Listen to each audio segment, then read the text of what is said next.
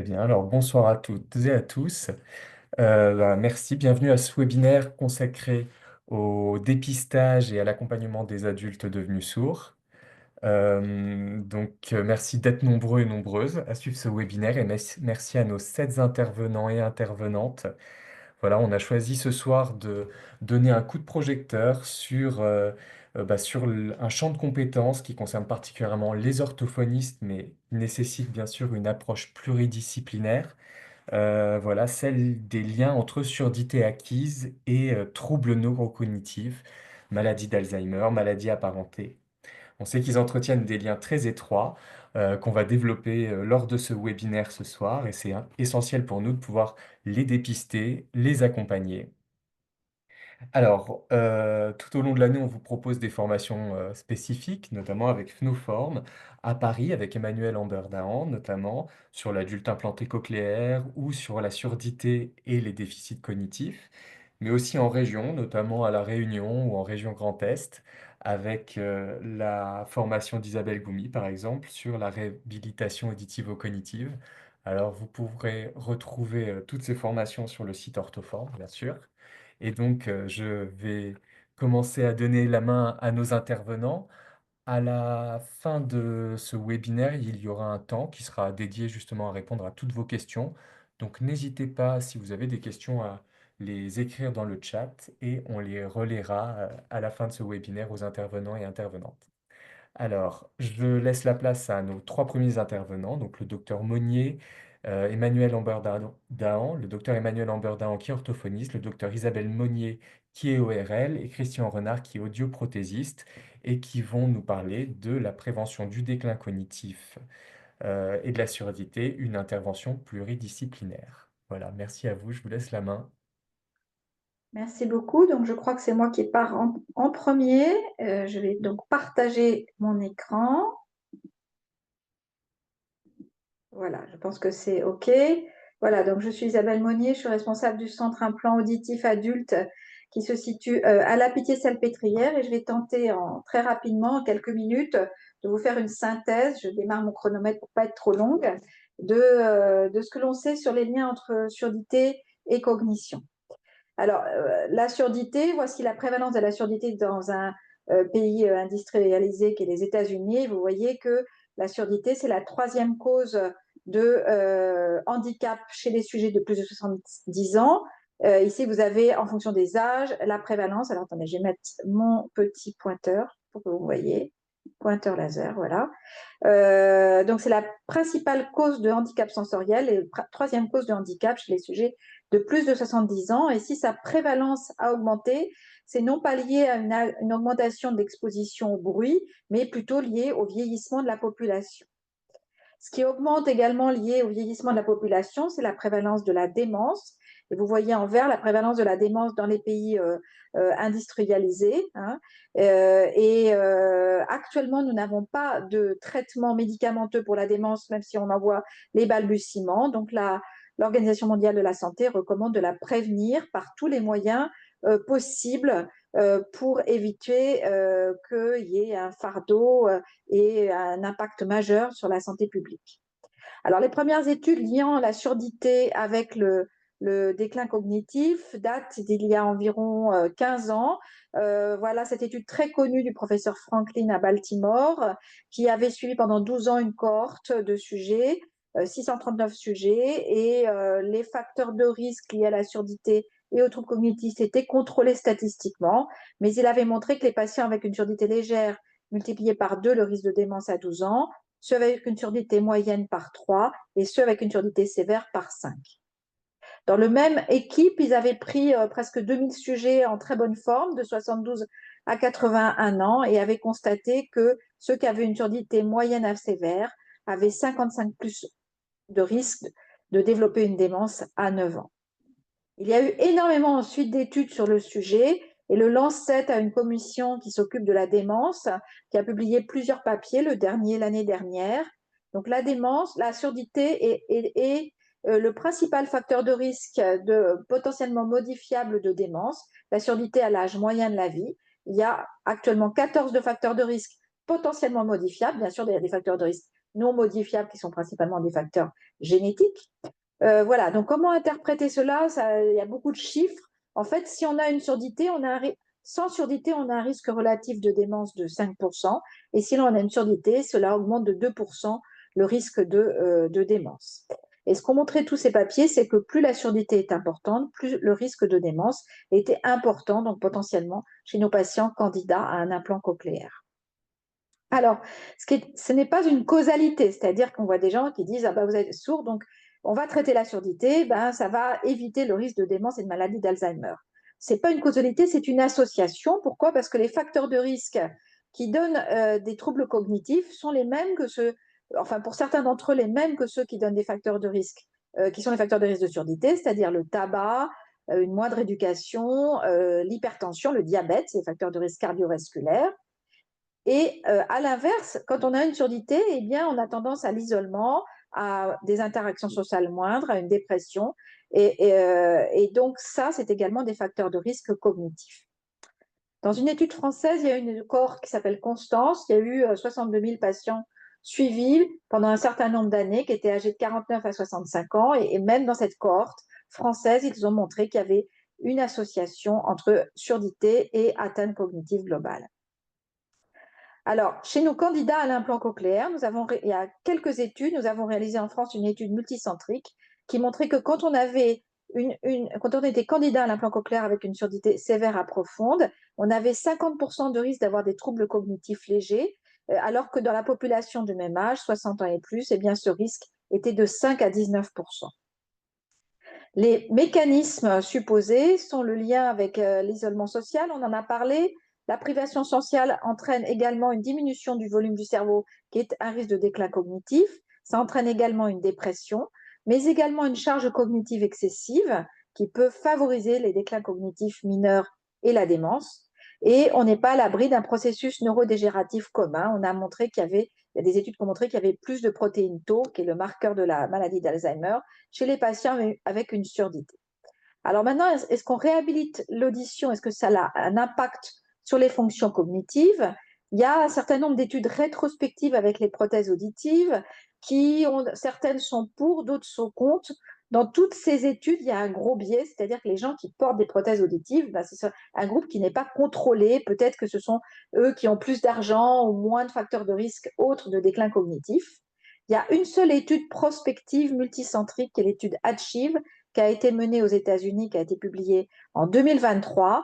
Et dans le groupe de patients, alors ils avaient pris presque 2000 patients, et en fait, dans le groupe global de patients qui ont été suivis à 3 ans, qui étaient appareillés pour la première fois, le déclin cognitif était le même que ceux qui n'avaient pas été appareillés, mais qui étaient seulement suivis. Mais dans un sous-groupe de ces patients, ceux qui étaient déjà un facteur de risque de déclin cognitif, surtout pour des facteurs de risque cardiovasculaires, eh bien là, ceux qui étaient appareillés avaient une évolution cognitive meilleure que ceux qui n'étaient pas appareillés. Alors, ça a été fait l'objet de critiques, hein, et aussi de beaucoup d'interprétations. Vous voyez, bon, le Lancet, ils avaient vendu leur étude, mais vous voyez, CNN dit bah, faites-vous appareiller, portez des prothèses et vous aurez moins de risque de démence. Chez nos patients candidats à l'implant cochléaire, il y a peu d'études, des petites cohortes, un suivi court.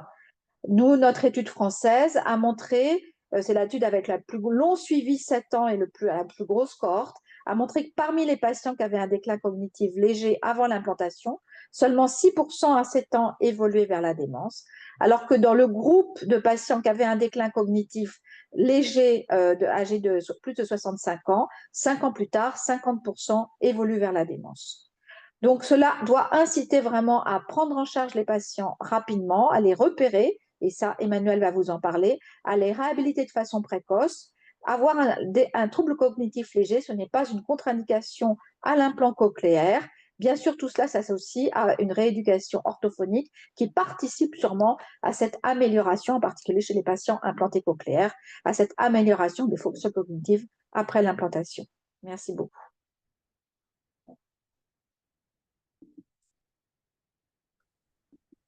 Merci, docteur Isabelle Monnier. Alors, c'est au tour d'Emmanuel Amberdahan de prendre la suite de cette présentation.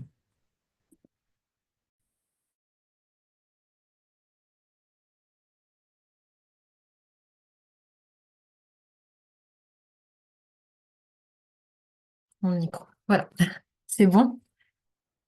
Bonsoir à toutes et à tous. Je suis orthophoniste et je règle également des implants cochléaires et électrons cérébrales dans le centre d'implants auditifs. Et j'ai donc le plaisir de travailler avec le docteur Monnier. Et je vais vous parler de l'impact de la presbyacousie sur les fonctions cognitives et en particulier donc de l'évaluation, des spécificités de l'évaluation orthophonique. Voilà. Alors, cette évaluation orthophonique, elle est spécifique. On a compris, on l'a vu hein, dans la présentation que vient de nous faire le docteur Monnier, que la surdité est un facteur de risque très important. Le principal risque, enfin facteur de risque qui est potentiellement modifiable pour la démence et la prise en charge pourrait prévenir ou retarder 8% des cas de démence, comme nous l'a montré Livingstone en 2020. Donc, c'est une première chose. Ce que l'on sait également, c'est que la compréhension de la parole en situation dite d'écoute complexe, c'est-à-dire dans les environnements bruyants, en présence de voix concurrentes, augmente la charge cognitive et l'effort d'écoute. Et ça, c'est vraiment une question, on va le voir après, qui est très importante. Donc, cette interaction entre déficit auditif et cognitif, elle est majorée dans ces situations d'écoute complexe, donc chez le patient presbyacousique. Et c'est pour ça qu'il est recommandé de repérer ces troubles cognitifs. On va voir comment de refaire un diagnostic et ça a été très bien documenté dans les recommandations qui ont été écrites par la Société française d'audiologie et publiées donc en 2023. Donc cette évaluation, elle va concerner des domaines cognitifs qui contribuent à l'intégration du message verbal, mais aussi, comme je viens de le dire, l'effort d'écoute et puis aussi le domaine des interactions sociales et de la communication. Alors, on ne va pas parler ici dans ce bilan de la surdité, je ne parlerai pas donc des aspects perceptifs et je ne vais pas trop détailler la communication, mais je vais parler de ses fonctions cognitives et exécutives, donc notamment la mémoire de travail, l'attention, l'inhibition, l'abstraction, les capacités visio-constructives, et puis l'effort d'écoute que j'ai mis dans la même catégorie, et puis de l'évaluation aussi des interactions sociales et de la qualité de vie. C'est très important puisque ça va rentrer vraiment en compte aussi dans ces aspects cognitifs, la façon dont les personnes vont s'engager justement ou se désengager des interactions sociales. Donc, en préliminaire, il y a cette question d'effort d'écoute. Ce qu'il faut prendre, enfin voir, c'est qu'en fait, dans ce défi que représente la compréhension de la parole dans le bruit, il y a bien sûr la surdité, mais aussi les conditions de l'écoute, par exemple l'environnement bruyant, être avec un interlocuteur qu'on ne connaît pas. Ce sont des situations complexes qui vont augmenter la charge cognitive et qui vont en fait interagir avec la motivation de la personne à s'engager dans cette situation et vont peser sur l'effort d'écoute en, par exemple, l'augmentant de manière importante. Si, par exemple, une personne continue à communiquer, mais qu'elle a ces difficultés, elle va être en situation d'effort d'écoute important. Et on va avoir cette balance entre l'audition et la cognition en permanence. Donc, on va évaluer cet effort d'écoute. On le fait aujourd'hui avec un auto-questionnaire que l'on a développé dans notre centre implant, qui va permettre justement de demander au patient de juger lui-même de cet effort d'écoute, de l'évaluer sur une échelle visuelle analogique. Et on met aussi ça en parallèle avec la présence d'acouphènes, par exemple, qui peut aussi rajouter dans cet effort d'écoute et dans ces difficultés d'attention, et en fait, qui va contribuer au surcoût cognitif. Donc, on va évaluer ça, de même que les interactions sociales aussi, comme on l'a dit. Alors, ce qu'on cherche à faire sur cette question cognitive, c'est de déterminer en fait un profil cognitif et de repérer des déficits. C'est pas un dépistage, c'est un repérage. On va le faire de deux façons. D'une façon qualitative au cours du bilan, on observe le patient. Est-ce qu'il a des difficultés d'orientation dans le temps et dans l'espace? Par exemple, est-ce qu'il s'est présenté en retard au rendez-vous? Ça peut être un élément important. Est-ce qu'il y a un oubli à mesure des informations qu'on va lui donner au cours du bilan? Un manque du mot, des difficultés de flexibilité, etc. On va utiliser des tests pour avoir une évaluation quantitative et on va aussi être attentif dans les tests de perception, les tests auditifs. Par exemple, si on observe que le score de mots dans les phrases est plus important que le score de phrases, c'est un peu inhabituel parce que le score de phrases en général est également assez élevé. C'est une question de suppléance mentale. Donc ça peut nous alerter. Si le score de mots est supérieur, s'il n'y a pas beaucoup de lecture labiale, ça peut être un signe d'alerte, des signes d'alerte en faveur d'un déficit cognitif. En tous les cas, s'il y a une suspicion de mode d'entrée dans une pathologie cognitive, on va secondairement orienter, bien sûr, vers une consultation gériatrique et un bilan neuropsychologique. Alors, on a des tests de repérage à notre disposition, notamment le Codex, le MoCA, ce sont les deux principaux que l'on va utiliser. Mais il y a aussi le MICE, que vous connaissez peut-être, le MMSE et le test de l'horloge notamment.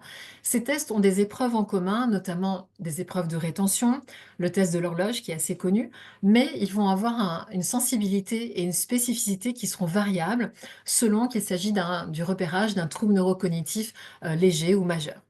Et puis, le mocage, j'en parlerai après, existe en différentes versions, on le verra assez rapidement.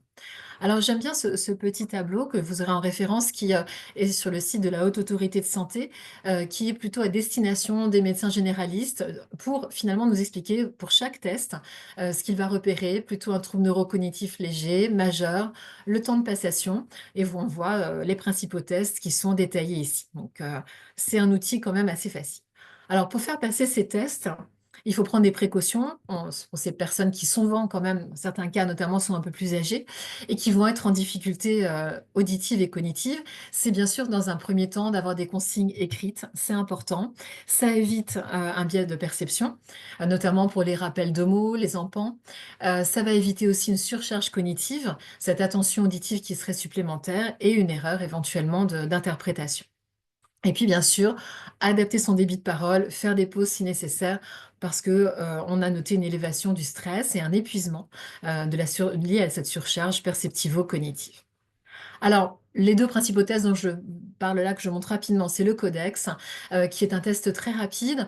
Vraiment, c'est le test de l'horloge et un rappel de 3 mots. Donc je ne vais pas détailler l'arbre décisionnel, on le trouve sur le site, pardon, du Codex. En tout cas, c'est un test qui, a une très bonne sensibilité, de 92 et une spécificité de 85 pour le diagnostic de démence. Alors voilà, un exemple d'horloge anormale, on en a plein d'autres. C'en est un parmi beaucoup.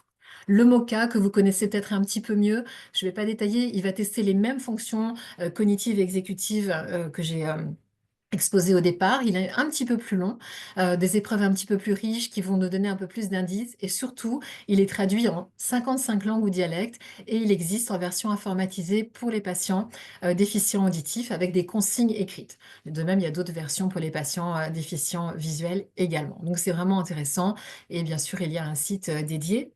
Pour finir, donc une démarche clinique qui va être en fait soit parce que le test est normal, que ce soit un codex ou un MoCA, de ne pas de terminer cette évaluation de repérage cognitif. Si on a un test qui est anormal, enfin en tout cas à la limite en B pour le codex ou légèrement, on va dire, inférieur plutôt à 26, c'est une erreur d'ailleurs pour le MoCA, on va surveiller et refaire le même test à 6 mois. Et puis si les tests sont anormaux, bien sûr, on demande, comme je l'ai dit, un bilan complet sur le plan neurocognitif et on peut commencer une rééducation adaptée comme on le verra plus tard. Voilà, je vous remercie pour votre attention. Voilà, arrêter le partage. Voilà. Merci beaucoup. Et donc, autour de Christian Renard, qui est audioprothésiste et qui travaille également le service du docteur Monnier. Bonsoir. Non, je suis audioprothésiste, ça c'est vrai, mais j'ai pas la chance, le privilège de travailler Ah, dans le service du docteur Monnier, parce que je suis lillois, et donc j'ai la chance par contre d'intervenir dans le service du professeur Vincent pour les réglages des implants cochléaires. Donc j'ai en fait l'expérience, la double expérience d'appareiller des patients malentendants dans mon laboratoire et de régler des implants cochléaires. Et je sais à quel point, par l'expérience, c'est important d'avoir ces échanges interdisciplinaires pour chaque patient qu'on prend en charge avec le médecin ORL, puisque nous, on intervient comme audioprothésiste toujours après la prescription par le médecin ORL, et on se pose toujours la question, et je pense qu'il faut absolument qu'on ait une réflexion permanente, parce qu'elle est insuffisante aujourd'hui, sur la ressource et l'intérêt d'une prise en charge orthophonique en complément de l'appareillage. À chaque fois qu'on appareille une personne âgée, il faut se poser la question de dire, est-ce que l'appareillage seul porté par l'audioprothésiste va suffire, ou est-ce qu'il n'y aurait pas intérêt à solliciter un avis orthophonique pour que au moment de l'appareillage auditif et au cours du suivi prothétique, à n'importe quel moment lors du suivi, parce que les situations évoluent, les gens peuvent se dégrader, une situation qui peut être satisfaisante, elle peut le devenir moins, il y a des conditions d'écoute qui changent, et c'est vraiment essentiel qu'il y ait ce travail qui soit fait en lien avec les orthophonistes, en soutien pour nos patients. Nous, quand on a la démarche audioprothétique, en fait, la première étape dans notre processus d'appareillage, c'est d'écouter le patient dans une anamnèse et on va recueillir des éléments qui sont importants, évidemment, sur les antécédents, la situation. Et il y a un point qui est vraiment fondamental, parce que c'est ce qui va guider notre démarche prothétique, c'est quels sont les environnements sonores et quels sont les besoins d'écoute spécifiques pour chaque patient. Moi, chaque fois que je vois une personne âgée, pour prendre l'exemple d'une personne âgée que je vais appareiller, eh ben, j'ai des questions très précises, ouvertes, que je vais lui poser sur quelles sont ses conditions de vie, quel est l'environnement familial, social, quelles sont les sorties, est-ce qu'il reçoit ses enfants, est-ce qu'il y a des déjeuners à la maison, est-ce qu'il sort, de quel club il fait partie, etc. Et c'est très important. Un patient qui va dire bah, tous les mercredis, moi je vais chercher mes petits-enfants et je les ramène, j'ai 25 minutes de voiture, bah, ça veut dire qu'il va être dans la voiture avec les petits-enfants qui sont derrière lui, dans une situation bruyante. Et puis la fille, elle va venir les récupérer le soir et on dîne ensemble. Et là, on est nombreux parce qu'il y a mon beau-fils qui nous rejoint. Donc c'est une autre condition d'écoute parce que là, ils vont être sur une table ronde. Et puis on va au club tous les mardis parce qu'on fait partie du club de bridge, etc. Toutes ces situations sonores, tous ces besoins d'écoute, ils vont conditionner la démarche prothétique qu'on va avoir et l'impact de leur perte auditive dans le choix d'appareils. Vous savez qu'il y a des gammes aujourd'hui, des classes 1 d'appareils. C'est une catégorie d'appareils qui est intégralement pris en charge dans le cadre du 100% santé. Des classes 2 où il y a un reste à charge et il y a des gammes différentes. Ben, on va choisir les appareils qui sont adaptés à ces contraintes particulières. On va se fixer des objectifs en disant, ben voilà, l'objectif, c'est le mercredi, les petits-enfants, le mardi, tous les soirs avec le conjoint, l'écoute de la télé, le téléphone, c'est très important pour lui, etc. Et on va d'emblée, dès cette étape-là, se dire, est-ce qu'il y a eu une orientation par le médecin vers l'orthophoniste? Et on l'a, nous, dans un coin de la tête en se disant, attention, est-ce que les éléments nous semblent favorables ou est-ce qu'on pense qu'il faudrait avoir recours à cet avis orthophonique? Ensuite, on va faire les audiométries, les tests d'audiométrie que vous connaissez. Il y a deux épreuves fondamentales. C'est le bilan d'audiométrie tonale, liminaire et supraliminaire, c'est-à-dire qu'on va les mesurer pour chaque oreille en cabine sonore, les seuils auditifs, donc le niveau auquel les personnes commencent à détecter. Et on va surtout aussi faire des mesures, ce qu'on appelle supraliminaires. On va aller chercher le niveau de confort, le niveau d'inconfort pour chaque fréquence. Parce qu'on a pareil des sourdités d'oreille interne, où il y a malheureusement souvent du recrutement cochléaire, c'est-à-dire une sensibilité anormale aux variations d'intensité. Lorsque le son augmente, les gens l'entendent anormalement fort. Et le risque, c'est qu'avec l'appareillage auditif, ce soit exacerbé, que les gens ne supportent pas l'appareillage, ne soient pas en confort. Donc nous, on va aller faire ces mesures qu'on va directement exploiter après. Et on va faire une audiométrie vocale, d'abord dans le silence, dans le calme. Là, l'objectif aussi, il est dès le bilan d'orientation. On n'a pas encore appareillé les personnes, on n'a pas encore fait l'essai d'appareillage. Mais dès cette épreuve vocale qu'on fait au premier rendez-vous, on va tester la personne, Madame Emmanuelle Dahan en parlait tout à l'heure, en disant, en amplifiant les signaux, et on va regarder avec différents matériels vocaux adaptés, qu'on va choisir au cas par cas, et on va regarder le gain d'intelligibilité, c'est-à-dire la façon dont la personne comprend mieux lorsqu'on augmente le niveau d'intensité. C'est pronostic sur ce qui va se passer avec l'appareillage auditif. Parfois, on a des très bons pronostics. On voit que quand on amplifie, les gens comprennent très bien. Et dans certains cas, on va avoir des courbes qui vont plafonner, des gens qui vont mieux comprendre, mais pas parfaitement bien, qui peuvent être des indications de difficultés supplémentaires, soit de distorsion périphérique, soit de troubles cognitifs, et qui vont réorienter notre démarche prothétique qu'on va compléter, et en particulier pour toutes les sourdités légères. Il y a beaucoup de gens qui disent, moi dans le câble, j'ai aucun problème, je suis gêné que quand je suis dans le bruit. Et ben, on fait des épreuves, il y a des tests normés aujourd'hui, il y a plusieurs tests en langue française qu'on utilise et qui permettent de faire des tests de compréhension dans le bruit. On les fera avant l'appareillage pour évaluer la gêne et on le fera évidemment au moment de l'appareillage, à la fois pour évaluer le bénéfice et pour comparer des réglages, comparer des stratégies d'amplification. Les solutions techniques, elles ont évolué. Alors, il y a toujours les appareillages conventionnels, c'est l'immense majorité des appareils qu'on adapte, les contours d'oreilles, les écouteurs déportés, on dit les RIC, les écouteurs dans le conduit. C'est plus de 80% des appareils chez l'adulte aujourd'hui qu'on utilise. Et il y a toujours les petits intra-auriculaires. Et on a d'autres solutions qui sont vers lesquelles nous oriente le médecin ORL prescripteur dans des cas particuliers vers des implants d'oreille moyenne ou des implants à stimulation osseuse. Et je prends une minute pour insister là-dessus sur les implants cochléaires. Le docteur Monnier en a parlé. C'est absolument fondamental. On a en France malheureusement beaucoup de personnes adultes et beaucoup de personnes âgées qui ont été appareillées, qui le sont encore, qui portent leurs appareils, qui parfois même renouvellent leur équipement avec des résultats très limités. Ils portent quand même, parce que s'ils ne l'ont pas, de toute façon, dans des surdité sévères profondes, ils n'entendent pas. Donc, ils portent quand même leurs appareils, mais avec des résultats très limités qui pourraient être complètement rehaussés grâce à l'implantation cochléaire. Et c'est vraiment un sujet important de dire, dès qu'on a une personne adulte, âgée, qui plafonne en résultat avec un appareillage auditif, avec l'audioprothésiste, et l'équipe interdisciplinaire se posait la question de l'orientation vers un centre d'implant. Alors après, le principe des réglages. Pour aller à l'essentiel, on a des paramètres d'amplification dans tous les appareils conventionnels. Le principe, vous voyez, c'est qu'on va pouvoir régler, et c'est pour ça qu'on parle d'appareils avec beaucoup de canaux, et plus il y a de canaux, plus on va être précis, puisque fréquence par fréquence, on va pouvoir ajuster l'amplification en fonction de la perte auditive qu'on a mesurée. On va pouvoir régler en fonction de l'intensité, les sons faibles, les sons moyens, les forts, les très forts, de manière à ce qu'on gère le recrutement pour pas que les gens soient en inconfort. On essaie de normaliser la sonie. Un son faible est faible, moyen, moyen, fort, fort. Et on peut bloquer par des niveaux de sortie les sons très forts pour qu'il n'y ait pas d'agression. Et qu'un son très fort, il soit même plus confortable avec l'appareil parce qu'il va limiter le niveau de sortie. Et on a une deuxième catégorie de réglage, c'est la même chose dans les implants cochléaires. On a ce qu'on appelle des traitements de signal, la possibilité d'utiliser des systèmes de réducteurs de bruit, de micro-directionnels pour filtrer les signaux. Et ça, on va les ajuster en fonction des besoins d'écoute spécifiques, des environnements sonores. On disait tout à l'heure, si dans la voiture, je dois entendre mes petits-enfants derrière, il faut que l'appareil soit capable de me faire entendre la voix qui vient de l'arrière. Puis quand je vais être au restaurant dans un milieu bruyant et que je suis en vis-à-vis, là, il faut que j'ai une situation où je pourrais bien entendre ma femme sans être gêné par les tables voisines, etc. Donc, nous, on adapte ces traitements de signal aux contraintes d'écoute de chaque patient et on les fait évoluer. Et dans les contrôles et le suivi prothétique, on revoit régulièrement nos patients. Il y a même une obligation légale aujourd'hui avec la convention de la CPM qui nous lie dans le cadre d'un appareillage auditif. On doit au minimum, on le fait plus souvent, voire au moins 2 fois par an, l'audioprothésiste, chaque patient qui est appareillé, y avoir une batterie de tests pour vérifier la bonne efficacité, le bon port et la bonne utilisation des appareils auditifs. Pour ça, on utilise des questionnaires hyper personnalisé où justement on va regarder le bénéfice que retire le patient par rapport aux contraintes et aux objectifs qu'on s'était fixés. On va refaire des tests audiométriques parce que malheureusement les surdité elles évoluent par le vieillissement et donc s'il y a des petites évolutions, on va le compenser en faisant des réglages pour en permanence s'adapter à la perte auditive des patients.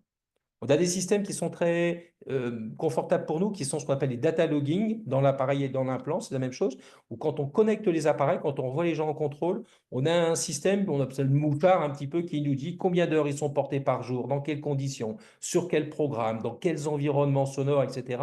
Ça nous permet déjà de s'assurer du bon port de l'appareil et d'ajuster les paramètres, d'ajuster les réglages aussi en fonction de ces situations d'environnement sonore des patients. On a aujourd'hui, et c'est très utile pour des personnes âgées, parfois on dit oui, mais il est très âgé, c'est compliqué le Bluetooth, etc. Non, non, pas du tout, au contraire. C'est très simple aujourd'hui, il y a des systèmes de connectivité pour relier la télévision, pour relier le téléphone, pour relier le système radio directement aux appareils. Et la personne, quand elle va téléphoner, elle n'a plus besoin de poser l'appareil et de chercher ses micros, ce qui est parfois difficile. On a même des personnes qui tiraient l'appareil pour téléphoner.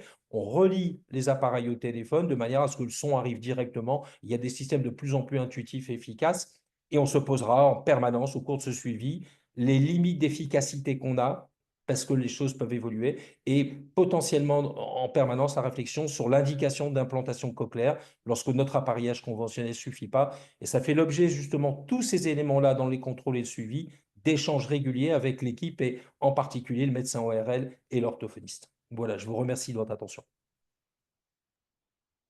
Merci à vous. Alors, je profite de cette courte pause parce qu'il y avait une question sur l'âge. Jusqu'à quel âge peut-on envisager des implants cochléaires? Alors, je me permets de la poser tout de suite voilà, aux 3 membres de notre équipe qui pourront peut-être voilà, répondre à cette question. Peut-être, voilà, il n'y a pas de limite d'âge en fait, hein. Tout ça est bien spécifié dans toutes les recommandations en France de la Société française d'ORL comme de la Société française d'audiologie.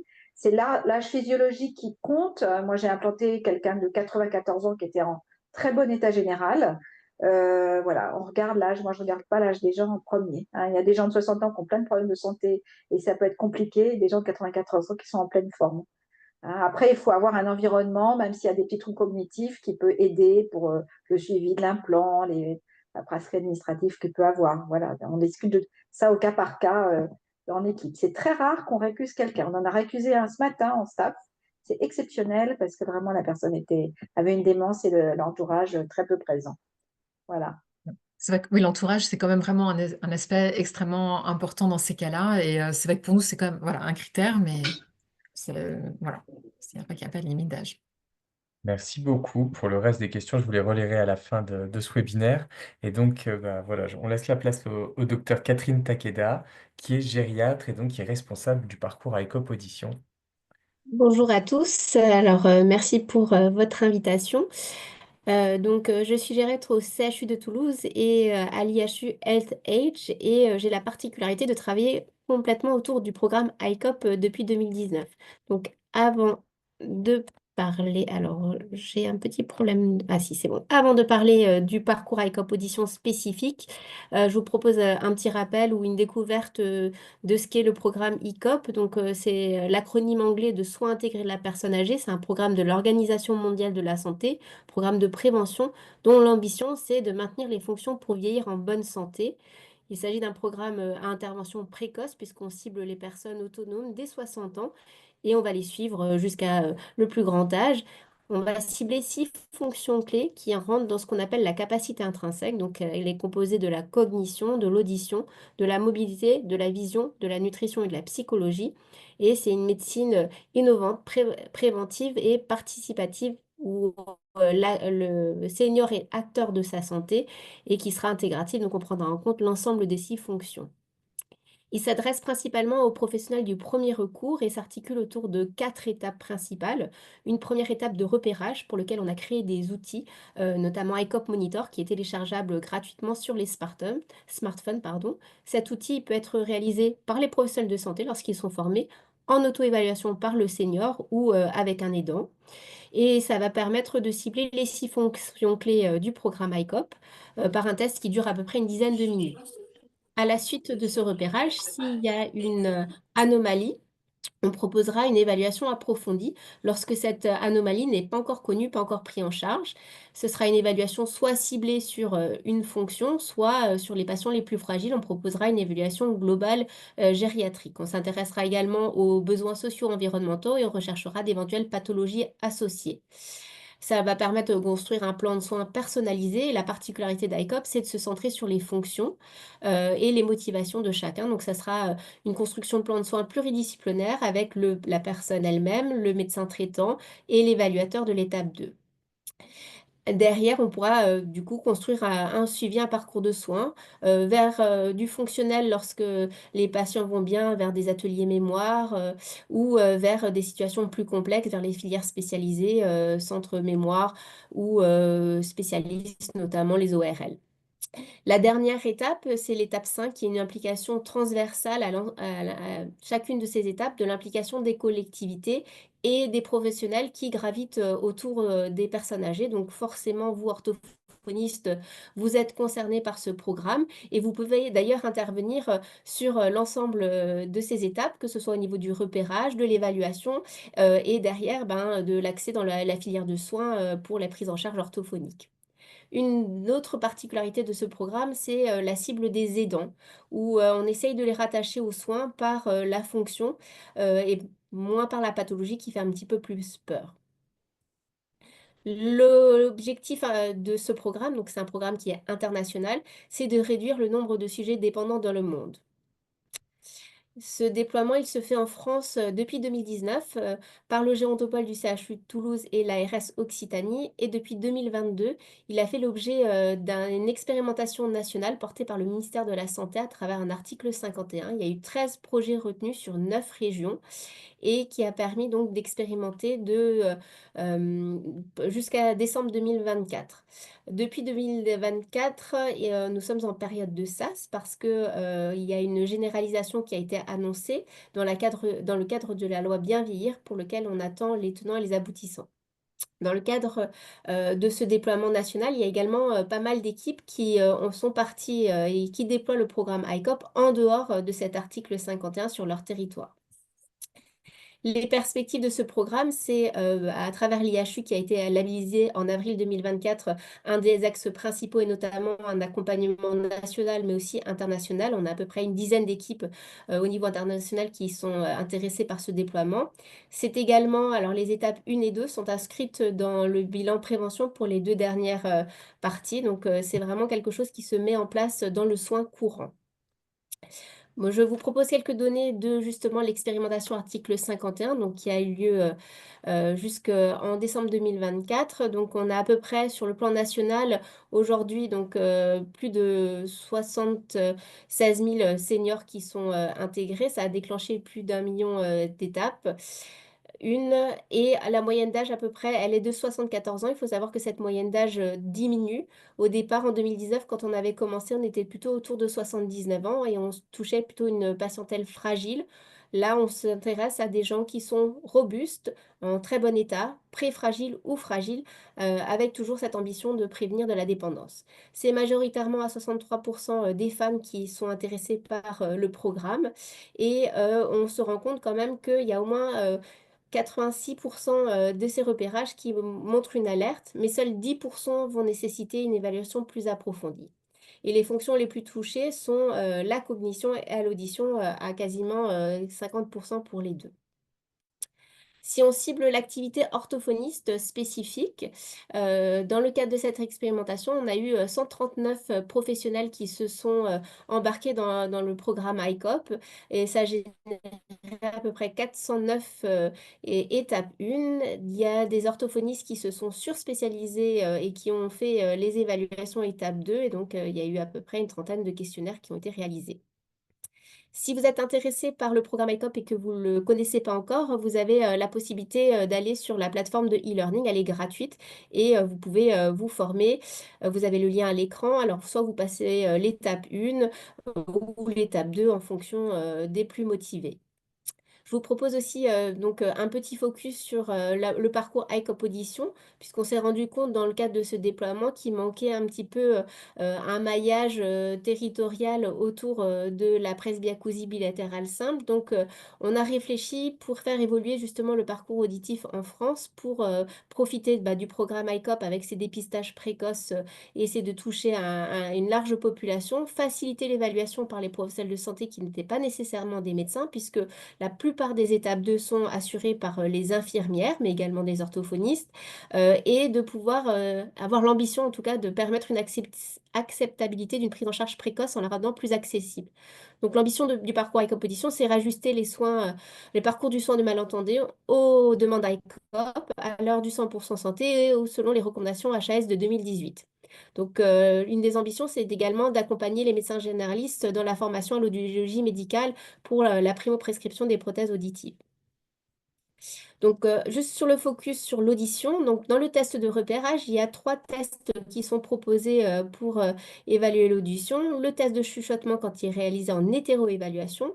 On s'appuie avec un partenariat avec la Fondation pour l'audition sur l'application EURA qui permet un autodépistage dans le bruit. Et évidemment, le dépistage réalisé chez l'audioprothésiste permet également de repérer l'étape 1.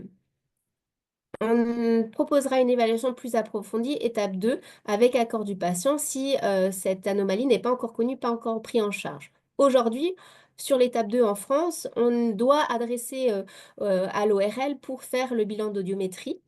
Et dans le cadre de ICOP actuellement, seul un questionnaire HHIES est proposé par les professionnels non ORL. L'ambition du projet ICOP Audition, c'est justement de pouvoir former des professionnels infirmiers. Pour commencer, on va tester, mais également ouvrir peut-être sur le champ des orthophonistes pour les plus motivés et de proposer en fait la réalisation d'un interrogatoire, une vidéotoscopie par l'infirmière.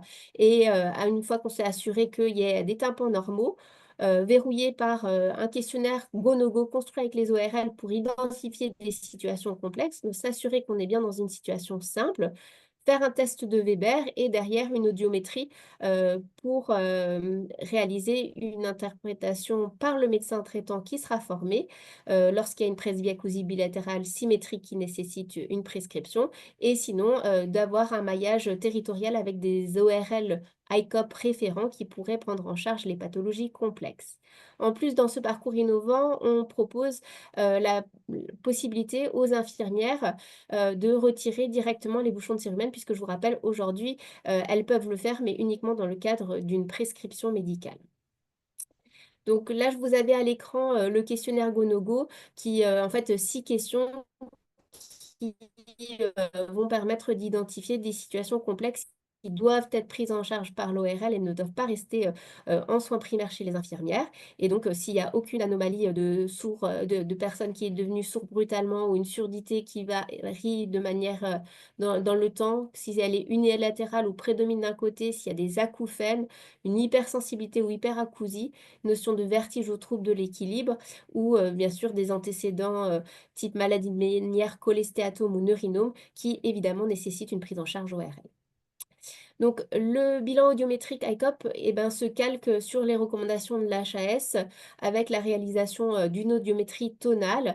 Et ça a été quelque chose qui a été travaillé avec nos experts ORL, c'est la possibilité de réduire le champ de mesure à 4 mesures. Également de prendre en compte donc l'audiométrie vocale dans le silence, mais surtout dans le bruit, qui maintenant est une obligation dans les prescriptions, les primo-prescriptions des prothèses auditives. Dans les perspectives plus larges au niveau d'ICOP, donc là nous sommes actuellement dans une période transitoire d'environ 18 mois, pour lequel donc le cahier des charges de l'expérimentation 51 court encore, donc les financements sont encore actifs. Il y a un nouveau cahier des charges qui a été publié tout récemment en mars 2025 et on attend encore les conditions de mise en place de la généralisation. Ce qu'on retient, c'est qu'on a un système d'information qui est performant, utile, avec l'outil ICOP Monitor. Il y a une grosse évolution vers l'auto-évaluation avec des seniors qui se prennent en main, qui veulent bien vieillir. Il y a vraiment eu un appui sur les plateformes de télésuivi, notamment dans la gestion de ces auto-évaluations.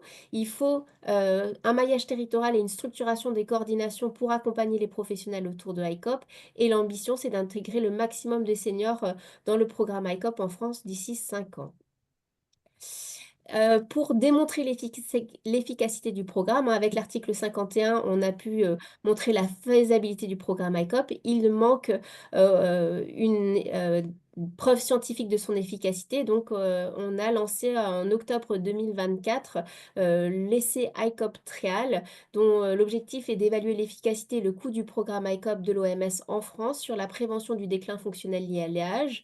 Et donc, du coup, c'est une étude qui va regrouper 1000 participants de 65 ans et plus avec 2 fonctions altérées au test de repérage. C'est une étude multicentrique sur 6 centres sur 5 ans. Alors, les 3 premières années, il va y avoir 2 groupes. Un groupe contrôle qui bénéficiera du dépistage et qui sera réorienté vers le médecin traitant. On dira que c'est le groupe soins courants. Et un groupe interventionnel qui bénéficiera de l'ensemble du programme ICOP et de ses conseils. Les 2 dernières années, on en fera une phase d'extension où tous les participants pourront participer au programme ICOP. On profite également de la venue de ces participants pour réaliser une prise de sang avec la capacité intrinsèque. Voilà, je vous remercie. Un grand merci pour votre présentation. Juste un petit rappel pour répondre à une question du chat. Oui. À partir de quel âge, voilà, à quelle tranche d'âge s'adresse le programme ICOP? Alors, aujourd'hui, c'est à partir de 60 ans et plus que c'est financé. C'est remboursé dans l'article 51.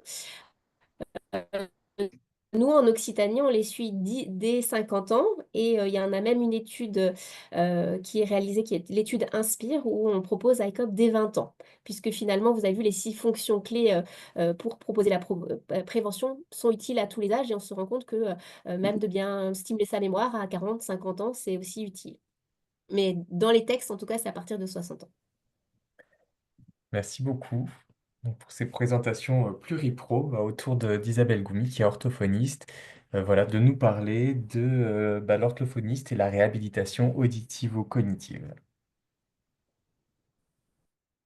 Voilà, je lance le diaporama. Donc, merci beaucoup. Je suis orthophoniste à Marseille. J'ai une activité libérale et également une activité salariée à l'Institut régional des sourds de Provence. Et depuis quelques années aussi, j'ai intégré le groupe maintien à domicile de la personne âgée dans la branche audition de ma CPTS, la CPTS des 11, 12 et 13e arrondissements à Marseille. Donc, comme le disait Aurélien, bah oui, on parle d'un suivi pluridisciplinaire, mais alors, quel va être le rôle de l'orthophoniste en libéral? Du coup, que va-t-elle faire après avoir fait son bilan et que va-t-elle faire avec ses patients et à qui va-t-elle s'adresser?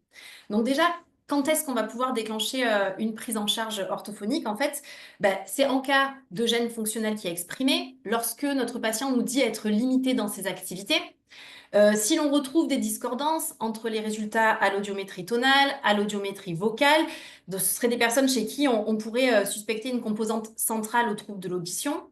Dans le cadre d'altération de l'intelligibilité dans le bruit, si notre patient nous décrit une adaptation à l'appareillage difficile, voilà, on pourra le proposer. Et on le proposera de façon systématique lorsque le patient a un implant cochléaire ou un implant du tronc cérébral.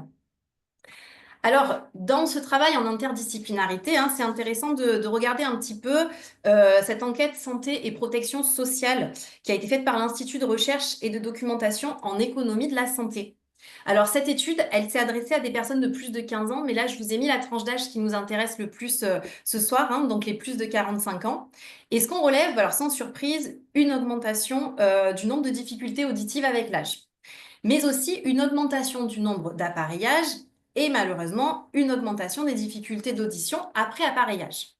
Donc en fait, si on se penche un petit peu, on se rend compte qu'il y a un petit nombre de patients qui bénéficient d'un entraînement orthophonique adapté et spécifique, moins de 20% pour des patients qui sont nouvellement appareillés, moins de 10% pour des patients plus anciennement appareillés. Et il est vrai, comme on le disait déjà tout à l'heure, que y a des critères à prendre en compte quand on va proposer cette prise en soin.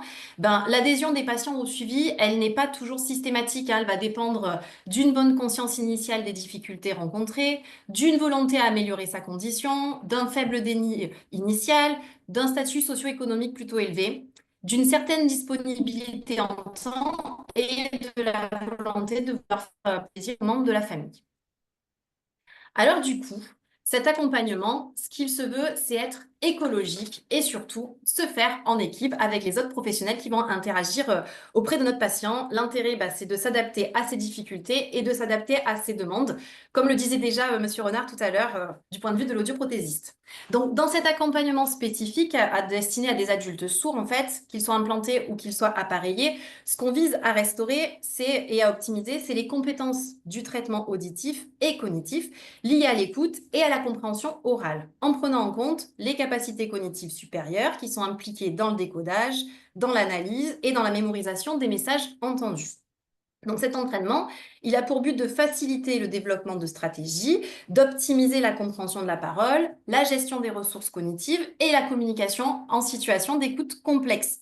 Donc on ne va pas uniquement rééduquer l'audition, hein, on va aussi aider le patient à mobiliser ses ressources cognitives et ses ressources exécutives, son attention, sa mémoire, sa vitesse de traitement, sa flexibilité mentale et toutes les fonctions que vous connaissez, pour mieux comprendre et pour qu'il traite mieux les informations auditives dans ces situations de communication variées. Donc notre prise en soin, en fait, elle va se baser sur des approches perceptives, donc la discrimination, l'identification sonore, mais aussi sur des approches linguistiques, la compréhension lexicale, la compréhension syntaxique, et sur des approches cognitives, hein, qui concernent la mémoire auditive, l'attention sélective soutenue, la vitesse de traitement. Et tout ça, ça se fait en équipe. Alors quand je dis en équipe, je reviens juste là, c'est en équipe avec le patient parce que c'est notre binôme, hein, mais c'est évidemment en équipe avec les autres professionnels de santé. Donc les axes thérapeutiques, ils sont multiples, hein, si on veut commencer à un petit peu à se les lister et puis à rentrer dans le détail un peu après. Déjà, notre premier rôle, c'est le conseil. Alors ça, c'est pas valable que pour cette prise en soin-là, hein, c'est des choses qu'on sait faire en tant qu'orthophoniste, hein, mais en tout cas, c'est conseiller le patient et conseiller son entourage, hein, pour optimiser les échanges. Alors, lui dire que oui, il peut oser demander des répétitions, parce qu'il n'y a pas qu'une personne sourde qui va demander aux autres interlocuteurs de répéter, et puis qu'il soit vraiment dans l'autodétermination, hein, qu'il soit vraiment acteur de sa communication, qu'il ose se placer face à son interlocuteur, qu'il s'adapte un petit peu en milieu bruyant, qu'il s'adapte un petit peu dans la place qu'il va avoir. Et les conseils qu'on va pouvoir donner, ils peuvent aussi porter sur l'utilisation de la prothèse. ou de l'implant. On va venir en complémentarité de l'audioprothésiste, hein, parce que c'est des gens qu'on va peut-être voir, enfin pas peut-être, mais certainement, plus régulièrement que l'audioprothésiste, avec des rendez-vous qui sont hebdomadaires, voire même plus. Autre axe thérapeutique, hein, l'entraînement auditif. On a un patient qui va devoir s'habituer aux nouvelles sensations, aux nouveaux sons qu'il va percevoir avec ses aides auditives. Donc, c'est nécessaire de lui apprendre à détecter ces sons, les discriminer, les reconnaître, les identifier, abaisser en tout cas les seuils de reconnaissance. Et puis ça vous parle évidemment aussi, hein, mais l'audition et la vision, ce sont deux sens qui sont très intimement liés, hein, donc c'est intéressant d'utiliser un moyen de compensation qui est la lecture labiale. Alors, ce qu'on sait, c'est que les entraînements auditifs et audiovisuels, ils améliorent la communication. Ça, c'est une vérité.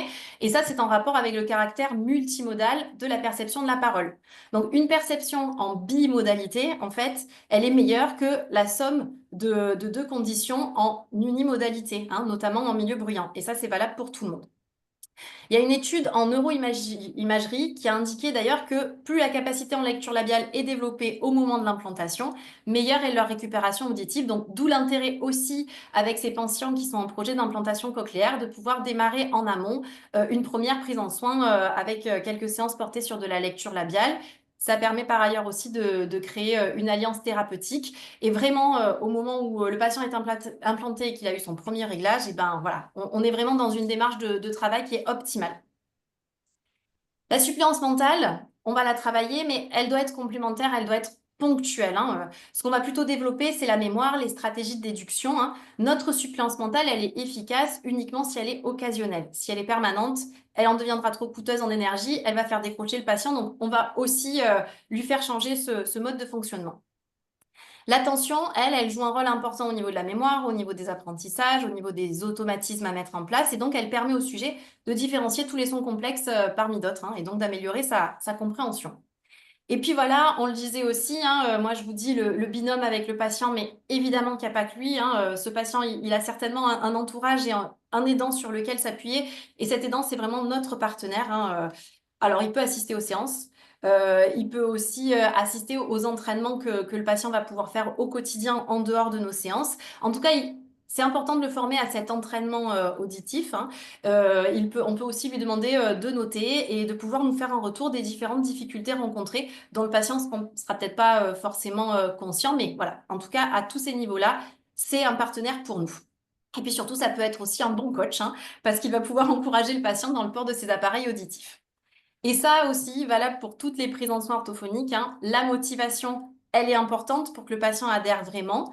Alors, on ne va pas du tout lui proposer des exercices trop faciles ou des exercices trop difficiles, hein. Ce qu'on va cibler, c'est des exercices où il va être dans une communication de 60 à 80% des items proposés. Comme ça, les réussites le rassurent, hein, et les items plus complexes vont lui permettre de comprendre mieux et de progresser. On n'attend pas de lui qu'à chaque objectif qu'on va se fixer, il soit à 100% de réponse, hein. On peut passer au cap suivant si on a à peu près 70% de réussite. Alors, pour rentrer dans le détail, hein, on va un petit peu détailler ces différents axes de prise en soin, même s'ils sont intimement liés, hein.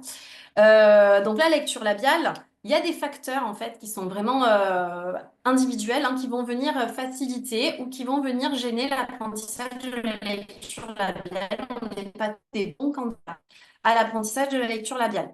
Donc, on va garder d'abord un point de vigilance par rapport à des facteurs qui sont extrinsèques, hein, comme par exemple l'angle de vue, hein, le visage du locuteur qui doit être facilement observable. Ça, c'est des choses qu'on maîtrise très bien. C'est des choses à faire passer aussi aux aidants. La distance.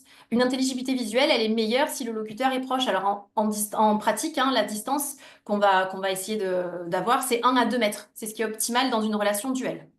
L'éclairage, un niveau de luminosité, l'angle de l'éclairage, tout ça, ça peut entraîner une augmentation des erreurs de communication, de compréhension.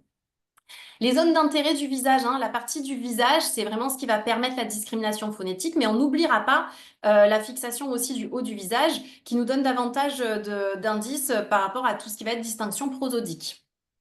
La familiarité avec le visage, hein, un locuteur familier, forcément, il est plus facile à comprendre. Donc, du coup, l'importance aussi de proposer cet entraînement en dehors des séances, parce que ça va permettre d'étendre les capacités de la lecture labiale à des visages variés. Et du coup, de ne pas se concentrer que sur le nôtre. Le débit de parole. Alors, ce qu'on va conseiller aux différents locuteurs qui pourront interagir avec notre patient, hein, c'est de ralentir la vitesse d'élocution. Attention, pas de surarticulation, mais on ralentit, on adapte son débit de parole. L'articulation, justement, on va plutôt recommander une articulation claire, une parole claire, plutôt qu'une parole conversationnelle comme je peux l'avoir là maintenant tout de suite, en adoptant un rythme un petit peu plus long. Et puis, chose un petit peu bête, hein, mais l'orthophonie malheureusement est une profession très féminine. Le maquillage, un rouge à lèvres, ça peut améliorer la lecture labiale, ça peut en tout cas attirer l'attention de notre labiolecteur. Donc voilà, si on peut l'aider, bah, autant proposer ça aussi. Il y a aussi des facteurs qui sont intrinsèques, hein, et ça concerne le labiolecteur lui-même. La capacité à lire sur les lèvres, eh ben, elle diminue avec l'âge, comme pas mal de capacités. Et puis l'acuité visuelle, la sensibilité au mouvement visuel, la vitesse de traitement, tout ça, ça va conditionner le décodage analytique des formes labiales. C'est pour ça que je vous disais, eh ben, il y a des bons candidats et puis il y en a qui sont un petit peu moins bons candidats pour la lecture labiale. Et on revient dessus, hein, mais les capacités cognitives, les compétences linguistiques de haut niveau, elles permettent de mettre en œuvre des stratégies en lecture labiale qui sont évidemment plus performantes.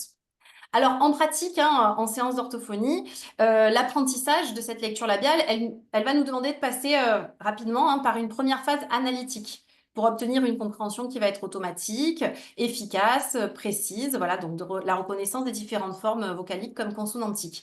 Mais hein, l'important, c'est de maintenir la motivation du patient, c'est d'avoir une approche plus globale, l'amener à lire du contenu qui va être intéressant d'un point de vue sémantique.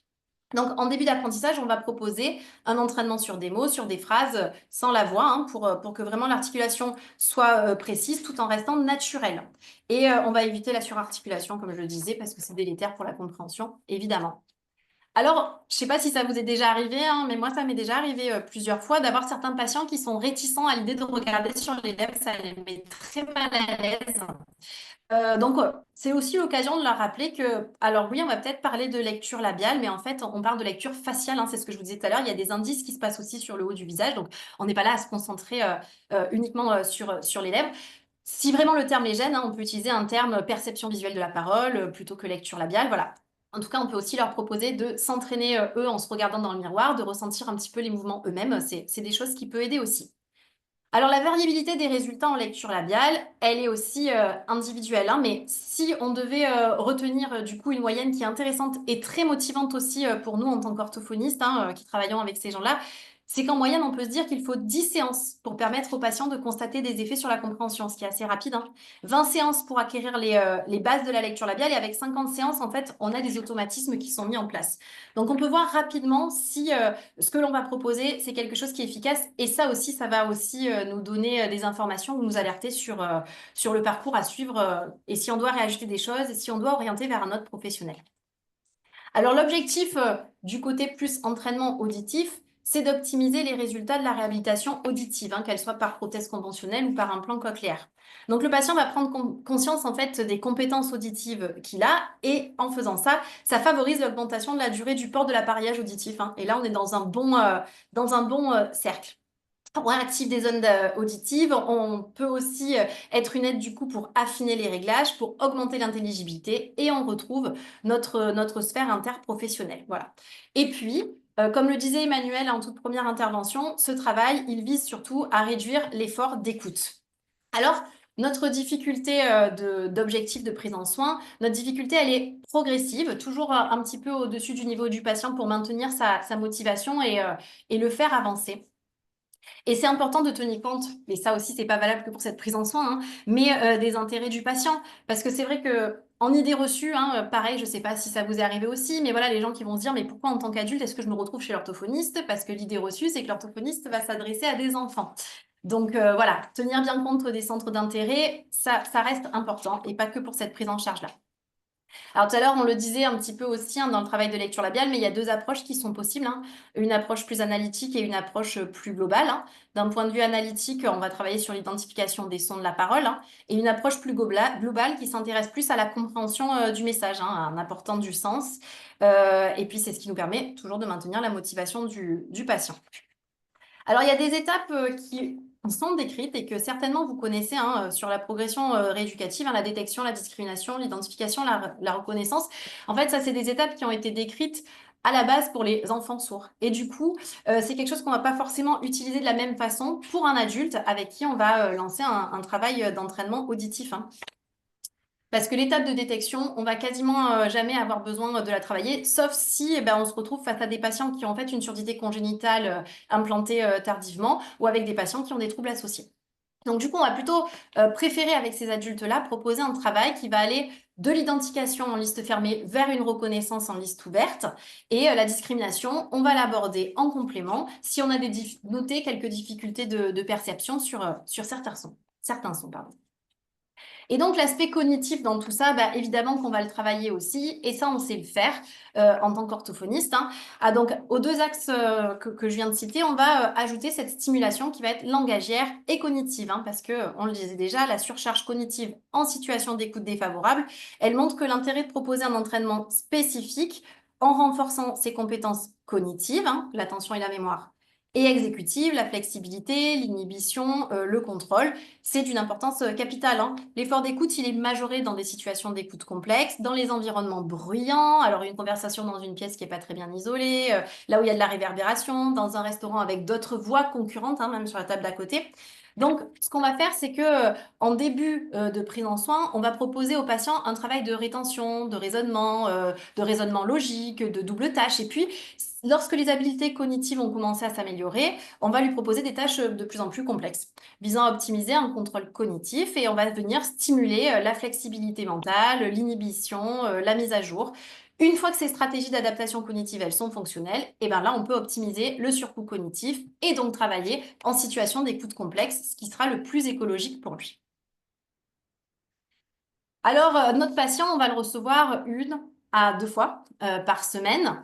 Certains sont en demande aussi de pouvoir continuer cet entraînement. Je vous ai dit, on va venir guider les dents, on va pouvoir lui proposer d'autres choses. Et c'est vrai que c'est pas en 45 minutes de séance hebdomadaire ou bi-hebdomadaire que le travail sera le plus efficace. Ce qu'il faut, c'est un appareillage qui soit porté toute la journée et un entraînement qui soit le plus régulier possible. Donc du coup, il est possible, hein, ça va pas se substituer aux séances d'orthophonie, c'est pas ça le but, mais voilà, de pouvoir prolonger l'entraînement à distance parce qu'il y a des choses qui existent. Certaines qui sont gratuites, certaines qui sont payantes, voilà, en programme informatisé. Et puis sinon, on peut aussi s'appuyer sur les sites non spécialisés qui sont listés là.